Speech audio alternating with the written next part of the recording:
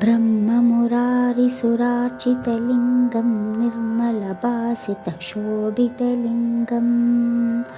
जन्मजदुःखविनाशकलिङ्गं तत्प्रणमामि सदा शिवलिङ्गम् देवमुनिप्रवरार्चितलिङ्गं कामदहनकरुणाकरलिङ्गम् रावणदर्पविनाशकलिङ्गं तत्प्रणमामि सदा शिवलिङ्गम् सर्वसुगन्धसुलेपितलिङ्गं बुद्धिविवर्धनकारणलिङ्गं सिद्धसुरासुरवन्दितलिङ्गं तत्प्रणमामि सदा शिवलिङ्गम् कनकमहामणिभूषितलिङ्गं फणिपतिवेष्टितशोभितलिङ्गं दक्षसुयज्ञविनाशनलिङ्गं तत्प्रणमामि सदा शिवलिङ्गम्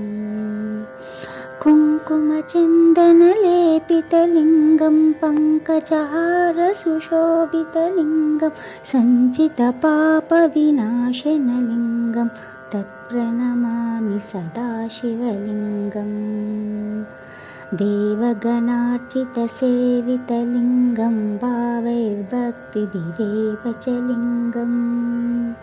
दिनकरकोटिप्रभाकरलिङ्गं तत्प्रणमामि सदा शिवलिङ्गम्